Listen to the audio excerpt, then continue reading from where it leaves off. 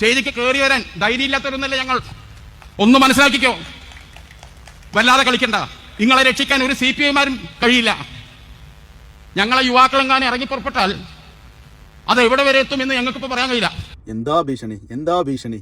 സമസ്തയുടെ വേദിയായതുകൊണ്ടാണ്. ഞങ്ങളുടെ യുവാക്കളെങ്ങാനും ഇറങ്ങി പുറപ്പെട്ടാൽ ഏതുവരെ എത്തുമെന്ന് ഞങ്ങൾക്ക് പറയാൻ കഴിയില്ല എന്ന്. കൊന്നു തള്ളിയിട്ടുണ്ട്.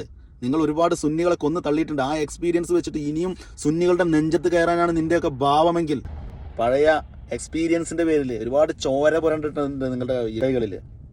ബഹുമാനപ്പെട്ട കുണ്ടൂർ ഉസ്താദിന്റെ മകൻ കുന്നുവിനെ 27-ാം രാവിന്, റമളാൻ 27-ാം രാവിന് കുത്തി അങ്ങ് കൊല്ലുക ചെയ്തത്. ഈ വഹാബി ലീഗുകാരനാണ് ചെയ്തത്. മദ്രസ അധ്യാപകനായ MT അബ്ദുൽ ഖാദർ മുസ്ലിയാരെ, അമ്പലക്കണ്ടി അബ്ദുൽ ഖാദർ മുസ്ലിയാരെ പള്ളിക്കകത്ത് വെച്ച് കമ്പിപ്പാര കൊണ്ട് തലക്കടിച്ച് കൊല്ലുക ചെയ്തത്. എന്തിനാ എൻ്റെ തലക്കടിക്കുന്നത് ചോദിച്ചപ്പോൾ, നായിൻ്റെ മോനെ, ഞങ്ങളുടെ കൊടി കെട്ടാനാണ് നിന്റെ തലയിൽ കമ്പി കയറ്റുന്നതെന്ന് പറഞ്ഞത് വഹാബി ലീഗുകാർ. അബ്ദുക്കയെ പള്ളിയിലിട്ടിട്ട് ഹൗദിൽ മുക്കി ശ്വാസം മുട്ടിച്ച് കൊല്ലുക ചെയ്തത്. ഹൗദിൽ ചവിട്ടി താഴ്ത്തി ശ്വാസം മുട്ടിച്ച് കൊല്ലുക ചെയ്തത് ലീഗുകാർ. ഇങ്ങനെ ഒരുപാട് ദുരനുഭവങ്ങൾ സുന്നികൾക്ക് ഏൽക്കേണ്ടി വന്നിട്ടുണ്ട്. എന്നാൽ വഹാബി ലീഗുകാരാ, നീ ചിന്തിക്കണ്ട.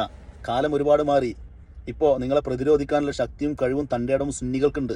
അങ്ങനെ സ്റ്റേജിൽ കയറി സമസ്തയുടെ പണ്ഡിതന്മാരെ ഉണ്ടാക്കിയിട്ട് അങ്ങ് പോവാം എന്നുള്ള ആ ഒരു മിഥ്യാധാരണ ഉണ്ടല്ലോ, അതത്ര നല്ലതല്ല. അന്നത്തെ കാലമല്ല ഇന്ന് കേട്ടോ. നിങ്ങളുടെ കയ്യിൽ ഭരണം ഇരുന്ന സമയത്ത് നിങ്ങൾ പല തോന്നിവാസങ്ങളും കാണിച്ചു കൂട്ടിയിട്ടുണ്ട്.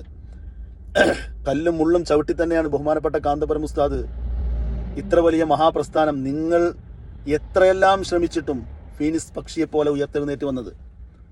അന്ന് നിങ്ങളുടെ ആളായില്ല, നിങ്ങൾക്ക് വേല ചെയ്തില്ല എന്നുള്ള കാരണം കൊണ്ട് മാത്രമാണ് സുന്നികളെ ഇത്രയധികം നിങ്ങൾ വേദനിപ്പിച്ചത്.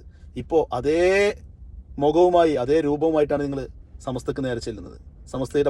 സമസ്തയുടെ മുഷാവറയിൽ ആരുണ്ടാവണമെന്ന് തീരുമാനിക്കാൻ നീ ആരാടാ വഹാബി? ആദ്യം നീ പാണക്കാട്ടെ തങ്ങന്മാരെ അംഗീകരിക്കും. സയ്യിദന്മാർ എന്ന് പറയുന്ന ഒരു സിസ്റ്റമേ ഇല്ല എന്ന് പറയുന്ന നീ പാണക്കാട് തങ്ങന്മാരെ മഹത്വം പറയുന്നു. നാരി, പാണക്കാട് തങ്ങന്മാരുടെ മഹത്വം പറയാൻ വേണ്ടിയിട്ടാണ് ഞങ്ങൾ ഇവിടെ സമസ്തക്കാരുള്ളത്. അത് അംഗീകരിക്കാതിരിക്കുന്നവരാണ് നിങ്ങൾ മുജാഹിദുകാർ, വഹാബികൾ.